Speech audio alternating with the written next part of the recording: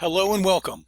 My name is Dr. Rob Caples, and I'm a visiting assistant professor in the Educational Technology and Literacy Department here at Towson University.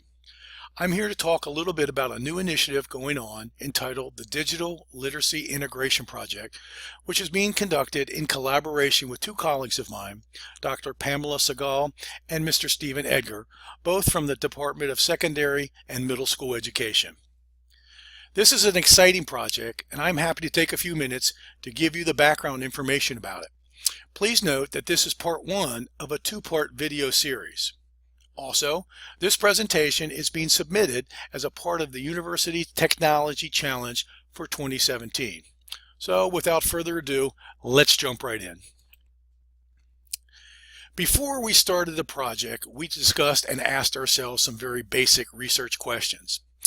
The research question is not very new, nor is it unique, but it's very timely, and as technology changes in our lives, perhaps we need to remind ourselves more of it. The question simply is, how can we improve teaching and learning in our courses through the use of instructional technology? Teaching with and about technology is something that is very natural for me as a member of the Educational Technology and Literacy Department, and as a self-professed geek, it's very second nature to me.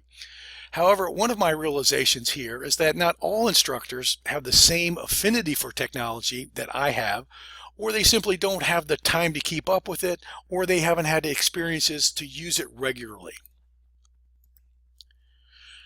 Some basic beliefs we had before we walked into the project were this, and simply our staff in the College of Education is an all-star list of outstanding educators who are masters of their content. That's what makes Towson special. We are a community of experts. One of my beliefs, and one that's shared by many others, is the one on the right, where instructional technology strategies and techniques should be infused into all methodology courses and not as a standalone single course. In other words, technology needs to be everywhere in our courses. The goal of this project, in a single word, is to collaborate. The goal of it is to successfully integrate technology into content methodology courses using a collaborative coaching model. We wanted to connect leaders in instructional technology and leaders in many other departments to make teaching with technology visible, vital, and meaningful. Stephen, Pamela, and I are virtually holding hands to get this accomplished together. We believe that the shared expertise will result in a more effective presentation of material throughout the various courses in our students' programs. So we came up for our game plan, and here it is.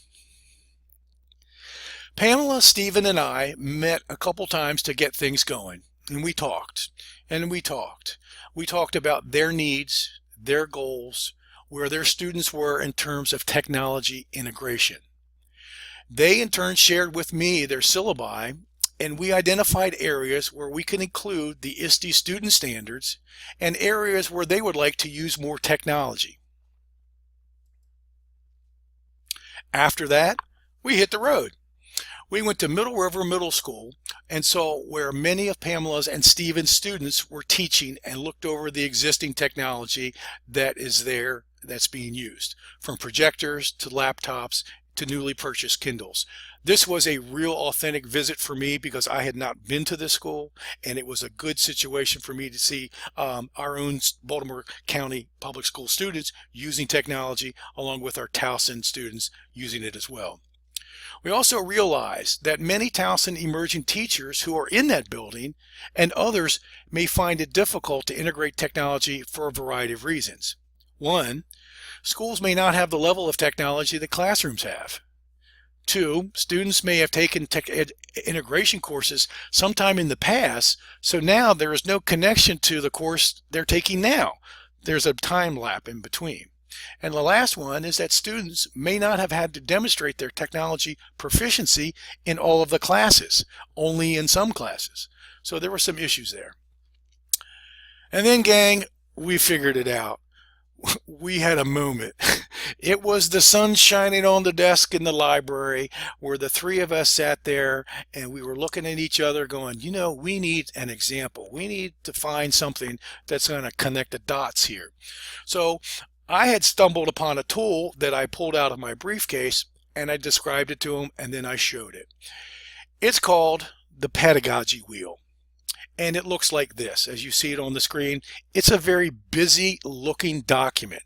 There is a lot of information on there. There's a lot of detail throughout, and a lot of it is very, very good. And it's a visual planner that has a lot of stuff on it. And like every good teacher, I took what I wanted and I left the rest. Here's what I found out. The pedagogy wheel was created by a man named Alan Carrington from the University of Adelaide in Australia. And basically, it's a visual organizing tool that presents and connects the dots to many interrelated concepts that are used every day in lesson planning and lesson delivery. The pad wheel, as the nickname is, presents a number of concepts that we felt are important in the planning and teaching with technology. It presents the 6 domains of Bloom's taxonomy, each in a different color, and then neatly presents layers that relates to each domain: action verbs, activities, and tech tools. You can see up here on this slide, you see the relationship of what the pad wheel can contain. The idea of the domains from Bloom's taxonomy, the connection to the objective writing, the connection to classroom activities, and then the specific tech apps, and then the connection to a larger instructional framework called SAMR, which we won't get into today. The pad wheel connects, the pad wheel presents, the pad wheel connects. And you can see the check marks for each one of those categories that it does a terrific job in connecting. The pad wheel connects the dots to all these concepts in a way that students and instructors can easily see and reference. The Bloom's taxonomy domain in the very center sort of surrounds this, is the very core of the circle, and that contains, or that radiates outward to the objective verbs, which students can use to obviously write their objectives, which then radiates outward further to the classroom activities that support those objectives, and then finally to the actual technology. There's an app for that, to the technology that connects to the activity, which connects to the verb, which connects to the domain.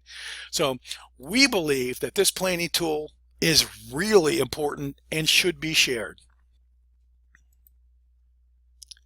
So we happily present the pad wheel as our submission to the Technology Challenge for 2017. Now, I know that you all want to know more information about the pad wheel. Well, in order to do that, gang, you're going to have to check out part 2 of our video series, because that is the video that you'll see Stephen and Pamela and myself talk in depth about what the pad wheel really looks like or feels like in a classroom setting, and what it feels like in terms of planning and preparing lessons.